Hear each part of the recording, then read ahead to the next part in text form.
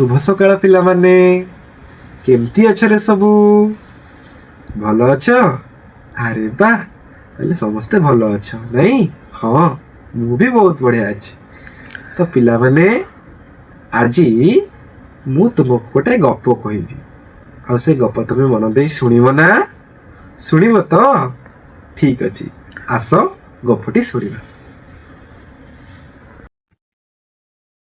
तो पिलामाने गप तो शुणिबा किंतु गप शुणिबा पूर्व पिलामाने आस आज आमे तुम तृतीय श्रेणी गणित बहिर सिलिंडर और गोलक संपर्क किछि आलोचना करिबा हैला आ तापरे मु तुमको निश्चिंत गप कहबी। अरे पिलामाने मु तुमको गप पछरे कहबी कोन कहउतली हेबा तुम बहिरे गोटे गप देइछि आस से गप को शुणिबा। तो पिला माने देख तो चित्र तमे कौन देखुछ अरे बा जानी गलो ना हाँ हाथी भालू पारा हाँ से माने खेलुचंती हाँ हाँ हाँ आउ देख आउ किछि लोक बोधे को देखुचंती मध्य हैला हौ तो पिला माने आस आमे गपटी को सुनिबा। बापांक सहित चिंकी और पिंकी सर्कस खेल देखा गले टिकेट काटी खेल देखिले सर्कस रे हाथी बॉल खेलुथिला भालू रोल बाड़ी रे खेलुथिला। तो पिला माने गप सुनिल वर्तमान तुमे तले जो चित्र सब मु देखेबी ताकू देख आ तार नाम कुह तले पिला माने एबे देख तो प्रथमे जो चित्रटी आसिला तार नाम कौन जानीगल ना अरे बा एटा गोटे फुटबॉल। एबे देख द्वितीय रे जो चित्र आसिला एटा गोटे कौन अरे बा जानीगल ना एटा गोटे कमला। देख देख पुणी आउ गोटे चित्र आसिला ता पाखु सेटा कौन एटा गोटे ड्रम नहीं तुम जनवरी 26 अगस्त 15 रे स्कूल ले बाजे नहीं एबे देख ता पाखकु आ गोटे चित्र आसिला नाली कलर रो एटा गोटे कौन अरे बा जानी गलो एटा होची गैस सिलिंडर आकु तमे सब घरे देखो ना हाँ एबे देख ता पाखकु आ गोटे चित्र आसिला एटा गोटे कौन अरे बा सबू कहि दउछ एटा गोटे पानी बोतल चित्र।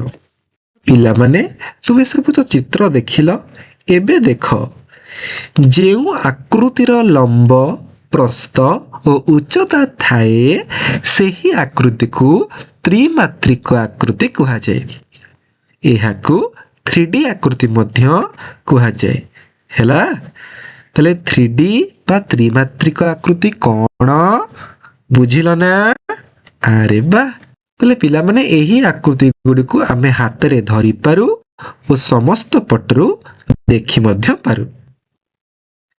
पिला माने तुमे जेउ चित्रटी देखुछ ताकू केउ आकृति कहिबा हाँ ठीक कहिला पिला माने एहा गोटिए सिलिंडर रो चित्र। पिला माने देख एबे सिलिंडर रो दुई पटे जोड़े गारो आसीची सेई जो दुई पटू जोड़े गारो आसीची से गारो को हमें कौन कहिबा ठीक कहिलो धार। तुमे पिला माने सिलिंडर रो केतोटी धार अछि अरे बा हाँ सिलिंडर रो दुईटी धार अछि। एबे देख पिला माने जोठी गार पड़िला से गार को से जगह को कौन कहा जाए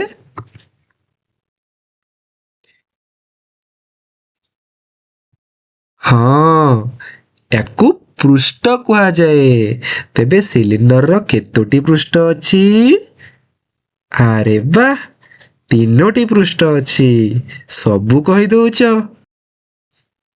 पिला माने तबे कहिलो सिलिंडर रो शीर्ष अछि ना नहीं नहीं अरे बा ବର୍ତ୍ତମାନ ପିଲାମାନେ ମତେ କୁହ, ସିଲିଣ୍ଡର ଆକୃତିର ଆଉ କେଉଁ ସବୁ ବସ୍ତୁ ଅଛି? ଦେଖ, ଏଇଟା ଗୋଟିଏ କଣ?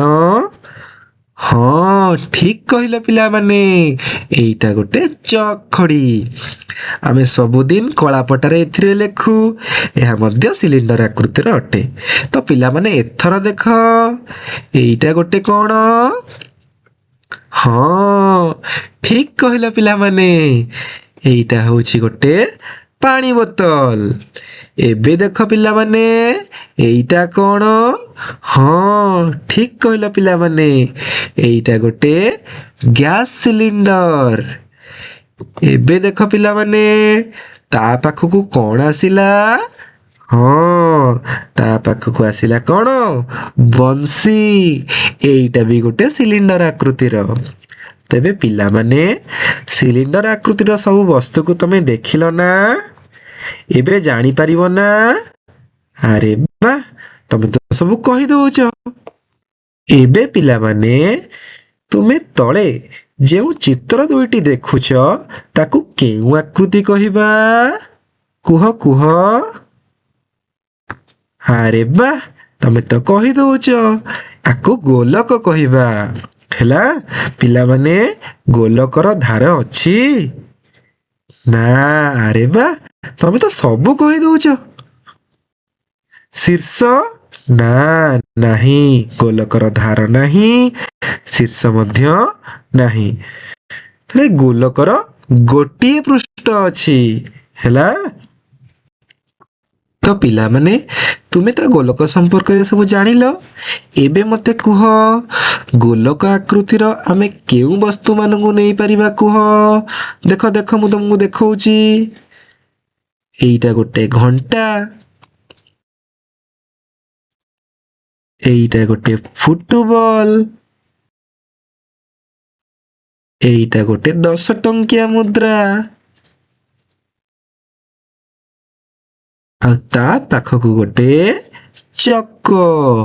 ତ ପିଲାମାନେ କୁହ, ଏଇ ଚାରୋଟି ମଧ୍ୟରୁ ତୁମେ କେଉଁଟିକୁ ଗୋଲକ ଆକୃତିରେ ନେଇପାରିବ? ଆରେ ବା, ଠିକ କହିଲ ପିଲାମାନେ, ଫୁଟବଲ। ଏଇ ଫୁଟବଲ ହିଁ କେବଳ ଗୋଲକ ଆକୃତିରେ ଯିବ, ନାଇଁ? ତ ପିଲାମାନେ, ଆସ ଆମେ ସିଲିଣ୍ଡର ଓ ଗୋଲକ ମଧ୍ୟରେ ତୁଳନା କରିବା। ହେଲା, ତ ଦେଖ, ବାଁ ପଟେ ଗୋଟିଏ ସିଲିଣ୍ଡରର ଚିତ୍ର ଏବଂ ଦକ୍ଷିଣ ପାର୍ଶ୍ୱରେ ଗୋଟିଏ ଗୋଲକର ଚିତ୍ର ଦିଆଯାଇଛି। ତ ପିଲାମାନେ ଦେଖ, ଆଗ ଦେଖିବା ଧାରକୁ। ସିଲିଣ୍ଡରର କେତୋଟି ଧାର ଥାଏ? 2ଟି। ଆଉ ଗୋଲକର ନାହିଁ। ଆରେ ବା, ଏବେ ଦେଖ ଶୀର୍ଷ।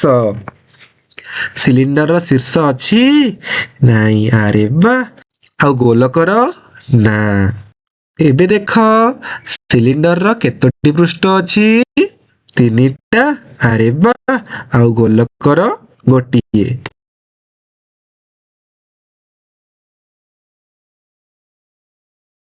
ତାହେଲେ ପିଲାମାନେ, ଆସ ଆମେ ଦେଖିବା ଏହି ପ୍ରସଙ୍ଗରୁ ଆମେ କଣ ଶିଖିଲେ। ହେଲା, ତେବେ ପିଲାମାନେ, ଆମେ ଏହି ପ୍ରସଙ୍ଗରୁ ସିଲିଣ୍ଡରର ଧାର, ପୃଷ୍ଠ ଏବଂ ଶୀର୍ଷ ବିଷୟରେ ଜାଣିଲେ। ଯେମିତିକି ସିଲିଣ୍ଡରର 3ଟି ପୃଷ୍ଠ ଥିବା ସମୟରେ 2ଟି ଧାର ଥାଏ, ମାତ୍ର ଶୀର୍ଷ ନଥାଏ। ଠିକ ସେହିପରି ଏହି ପ୍ରସଙ୍ଗରୁ ଆମେ ଗୋଲକର ଧାର, ପୃଷ୍ଠ ଏବଂ ଶୀର୍ଷ ବିଷୟରେ ଜାଣିଲେ। କଣ ଜାଣିଲେ? ନା ଗୋଲକର ଗୋଟିଏ ପୃଷ୍ଠ ଥିବା ସମୟରେ ଶୀର୍ଷ ଓ ଧାର ନଥାଏ। ଆରେ ବା, ତମେ ତ ସବୁ ଜାଣି ଦଉଛ। ତ ପିଲାମାନେ, ଏହା ସହିତ ଏହି ପ୍ରସଙ୍ଗରେ ଆଜି ଆମେ ସିଲିଣ୍ଡର ଓ ଗୋଲକ ମଧ୍ୟରେ ଥିବା ପାର୍ଥକ୍ୟକୁ ଭଲ ଭାବରେ ଜାଣିଲେ। ହେଲା, ତେବେ ଆସ ଆଜି ଆମେ ଏହି ସିଲିଣ୍ଡର ଓ ଗୋଲକ ସମ୍ପର୍କିତ କିଛି ପ୍ରଶ୍ନର ଆଲୋଚନା କରିବା। ତ ପିଲାମାନେ, ଆସ ଏବେ ଆମେ ଏହି ସିଲିଣ୍ଡର ଆଉ ଗୋଲକ ସମ୍ପର୍କିତ କିଛି ପ୍ରଶ୍ନର ଉତ୍ତର ଦେବା। ତେବେ ନିମ୍ନଲିଖିତ ପ୍ରଶ୍ନମାନଙ୍କର ଉତ୍ତର ଦିଅ। ତ ପିଲାମାନେ ଦେଖ, ସିଲିଣ୍ଡରର କେତୋଟି ପୃଷ୍ଠ ଥାଏ? ହଁ କୁହ। ହଁ ହଁ, ଆରେ ବା, ସିଲିଣ୍ଡରର 3ଟି ପୃଷ୍ଠ ଥାଏ। ତେବେ ତୁମେ କହିଦଉଛ, ଆରେ ବା। ଏବେ ଦେଖ ଦ୍ୱିତୀୟ ପ୍ରଶ୍ନକୁ, ସିଲିଣ୍ଡରରେ କେତୋଟି ଧାର ଥାଏ? ହଁ ଠିକ କହୁଛ, କୁହ। ହଁ, ସିଲିଣ୍ଡରରେ 2ଟି ଧାର ଥାଏ। ଏବେ ଦେଖ ତୃତୀୟ ପ୍ରଶ୍ନକୁ, ଗୋଲକରେ କେତୋଟି ପୃଷ୍ଠ ଥାଏ? ହଁ ଠିକ କହୁଛ, କୁହ। ଗୋଲକରେ ଗୋଟିଏ ପୃଷ୍ଠ ଥାଏ। ଆରେ ବା, ସବୁ ତ କହିଦଉଛ। ପିଲାମାନେ ଏବେ ଦେଖ ଚତୁର୍ଥ ପ୍ରଶ୍ନକୁ, ଉଭୟ ସିଲିଣ୍ଡର ଓ ଗୋଲକରେ ଶୀର୍ଷ ନାହିଁ। ଏହି ଉକ୍ତିଟି ଠିକ ନା ଭୁଲ? କୁହ। ହଁ ଠିକ, ଆରେ ବା। ତେବେ ତୁମେମାନେ এই ସବୁ ପ୍ରଶ୍ନର ଉତ୍ତର ସଠିକ କହିଦେଲ। ତେଣୁ ତୁମମାନଙ୍କୁ ଅନେକ ଧନ୍ୟବାଦ। ପିଲାମାନେ, ଆଜି ତୁମେ ଏହି ଶ୍ରେଣୀରେ ଉପସ୍ଥିତ ରହି ଭଲ ଭାବରେ ମନ ଦେଇ ଆଜି ପାଠ ପଢୁଥିବାରୁ ତୁମକୁ ଆଉ ଥରେ ଅଶେଷ ଧନ୍ୟବାଦ। ଆଜି ପାଇଁ ଏତିକି। ପୁଣି ଆମେ ପରବର୍ତ୍ତୀ କ୍ଲାସରେ ଦେଖା ହେବା। ଖୁସିରେ ଶିଖିବା ସମସ୍ତଙ୍କର ଅଧିକାର। ନମସ୍କାର।